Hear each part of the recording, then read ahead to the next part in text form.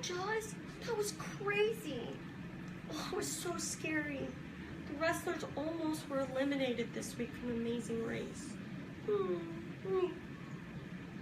So this week, Rob and I left from Singapore in second place, and our clue told us to make our way to the Philippines.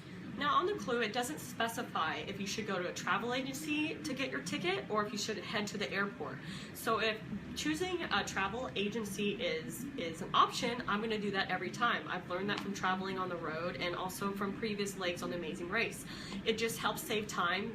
You can go to a travel agency and they're going to list to you all the available flights and what time that they get there by every carrier. Otherwise, you got to go to the airport and you could be running around in circles wasting time. Once we were at the airport, we saw the scientist. I never saw the dentist, but when we all collectively met up by the flight, we found out that it was us, the scientist, and the surfers that made this flight, and we could not figure out where the dentist was. We didn't know if there was an earlier flight that they caught or if they were behind. Once we landed in the Philippines, it was on. It was a rat race as soon as we got off the airplane. We were jetting through the airport trying to get to a taxi, and Rob and I made it to the first taxi, and we were heading to the McLaren Church.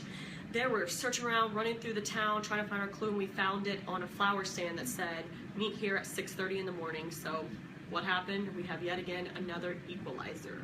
An equalizer is something that no matter if a team missed a flight or got on a later flight, now you're all stuck and you're starting at the same time. Now it's 6:30 in the morning, and our clue tells us that we have to find a jeepney and ride the jeepney to, it is the Rosario Municipal Plaza for our next. Jeepney is actually really, really cool. A jeepney is like a big Jeep, just long and stretched out, kind of like a limo, but not like a limo.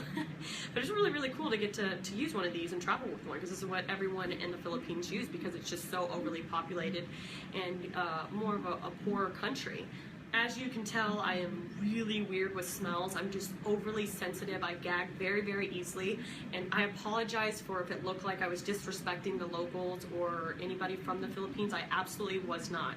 I think it came off that way, but you know, going to the Philippines, it gave me an appreciation for what I have at home. I think a lot of us take for granted how lucky we have it and how easy it is to get to work every day and to not have our children